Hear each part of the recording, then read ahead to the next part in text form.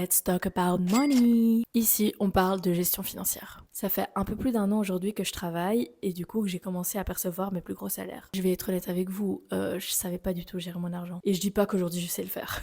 Par contre, il y a quelques petits trucs qui m'ont aidé. La première chose, c'est que j'ai commencé à tenir mon budget à l'œil. Donc j'ai repris le tableau Excel que Clotilde a fait. Merci Clotilde. Donc j'ai commencé à mettre mes dépenses récurrentes, donc toutes les charges qui partent directement dès que j'ai mon salaire, et aussi à budgétiser en fonction voilà, des anniversaires, des événements que j'ai dans le mois. Et puis ce qui me reste, je le mets de côté, donc j'investis ou alors je mets ça dans mon compte épargne. Un deuxième tip que je pourrais donner, c'est vraiment d'avoir des objectifs. Parce que honnêtement, j'arrive pas à économiser si j'ai pas un objectif en tête. Là, pour être honnête, mon plus gros objectif, c'est d'acheter un appart. Mais j'en ai d'autres, comme aller en vacances ou alors m'acheter un sac, je sais pas. Voilà, je donne des exemples, mais on doit avoir des objectifs, sinon c'est très difficile de mettre de l'argent de côté parce que tu dis, bon, il me sert à quoi? Honnêtement, posez vos objectifs, mettez un peu les priorités. Voilà, vous partagez votre argent, enfin l'argent qui vous reste par mois, adéquatement à ces objectifs. Et vraiment, le dernier tip que je pourrais donner, c'est vraiment s'éduquer financièrement parlant. J'ai moi-même plein de lacunes en finance, et surtout en finance personnelle, malgré mon diplôme en économie et management, dites-vous. Il y a plein de petits trucs de base qu'on connaît pas forcément et avec lesquels on n'est pas du tout à l'aise. Ou on sait même pas comment fonctionnent les banques,